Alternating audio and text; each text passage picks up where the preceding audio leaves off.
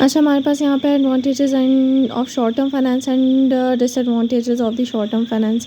अगर हम एडवांटेजेस की बात करें ना, तो लेस इंटरेस्ट अमाउंट होता है। मींस हम जब लॉन्ग टर्म में देखते हैं तो उसमें हमारे पास ज़्यादा पैसे होते हैं, ज़्यादा इंटरेस्ट होता है। इसमें कम पैसे हम लेते हैं और कम इंटरेस्ट होता है, ठीक है। लेस इंटरेस्ट अमाउंट होती है। सेकंड में डिसबर्स्ड क्विकली, क्योंकि हम शॉर्ट टर्म फाइनेंस लेते हैं तो हमें इजीली मनी वो लोग दे देते हैं या फिर वो डिलीवर कर देते हैं, ठीक है। मींस पैसे हमें दे देते हैं, फ़ंड दे देते हैं इजीली, ठीक है। फिर उसके बाद हमारे पास आता है लेस डॉक्यूमेंटेशन। इसमें डॉक्यूमेंटेशन की ज़्यादा ज़रूरत नहीं होती शॉर्ट टर्म फाइनेंसिंग में, ठीक है। पेपर वर्क बहुत कम होता है। फिर उसके बाद है इसमें कुछ डिसएडवांटेजेस, जिसमें आता है कि smaller size of facility and installment. Means पहली चीज़ तो ये कि हम स्मॉलर अमाउंट में लोन लेते हैं, ठीक है। दूसरी चीज़ जो है इसमें हमें 1 साल से कम में मिलता है, ठीक है।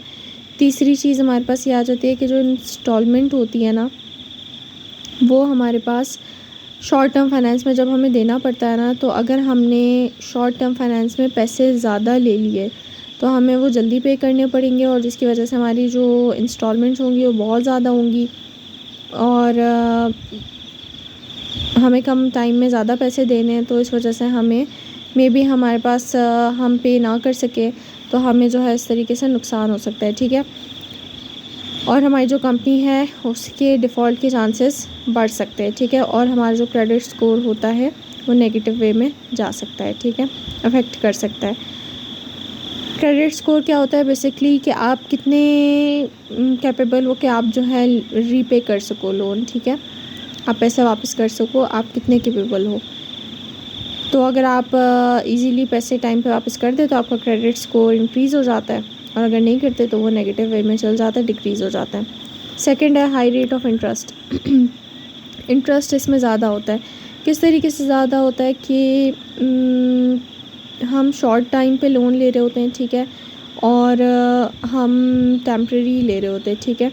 तो जिस टाइम पे हम लोन ले रहे होते हैं तो उसका इंटरेस्ट रेट ज़्यादा होता है। जैसे कहते हैं ना कि लॉन्ग टर्म में अगर आप ज़्यादा कोई महंगी चीज़ें ले रहे हो आपको डिस्काउंट मिलता है, राइट। लेकिन अगर आप कोई बहुत सस्ती चीज़ ले रहे हो तो उस पर डिस्काउंट आपको बहुत मुश्किल से मिल गया तो मिल गया, अदरवाइज़ नहीं मिलता। ये मैं एक नॉर्मल शॉप की बता रही हूँ, अगर हम कुछ ख़रीदने जाते हैं तो इसी तरीके से हमारे पास हम अगर ख़रीद रहे हैं सॉरी अगर हम शॉर्ट टर्म फाइनेंस ले रहे हैं तो उसमें हमारा इंटरेस्ट रेट हाई होता है, ठीक है। फिर उसके बाद है नंबर 3 में डेट ट्रैप। इसकी एक पूरी स्टोरी है, जो कि ये है कि आपने for example first time short term loan लिया, आप इस काबिल नहीं हो सके कि आप उसे वापस कर सको। बैंक आपसे कहेगा आप कोई बात नहीं, आप एक और लोन ले लो, हम एक और लोन ले लेंगे। जब वो दूसरा लोन लेंगे ना, पहला ऑलरेडी वापस नहीं किया हुआ, दूसरे पे और ज़्यादा हाई इंटरेस्ट रेट लगेगा, ठीक है। दूसरा भी नहीं किया, तीसरा लोन ले लेंगे, तीसरा भी नहीं किया, चौथा लोन ले लेंगे। इस तरीके से हम उसको वापस करना ही हमारे लिए बहुत शदीद मुश्किल हो जाता है। बैंक को तो फ़ायदा है, बैंक को तो उसको इंटरेस्ट रेट ज़्यादा मिल रहा है, ठीक है। और अगर हम वापस नहीं करेंगे तो वो तो हमारी कोई चीज़ जो गिरवी हमने रखवाई होगी वो ले लेगा, तो फ़ायदा तो उससे लाजमी है। लेकिन हम जो है वो डेब्ट ट्रैप में चल जाएंगे, और जिसकी वजह से हमारा जो बिज़नेस है वो पूरा तबाह हो सकता है, ठीक है।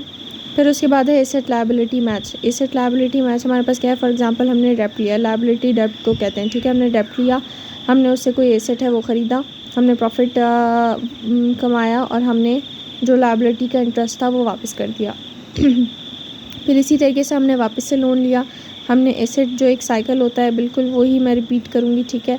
लेकिन अगर हमने डेब्ट लिया, हमने एसेट नहीं ख़रीदा, या फिर हमने उस डेब्ट को ज़ाया कर दिया, हमारा उसका एसेट और लायबिलिटी का एक मिसमैच हो गया, ठीक है।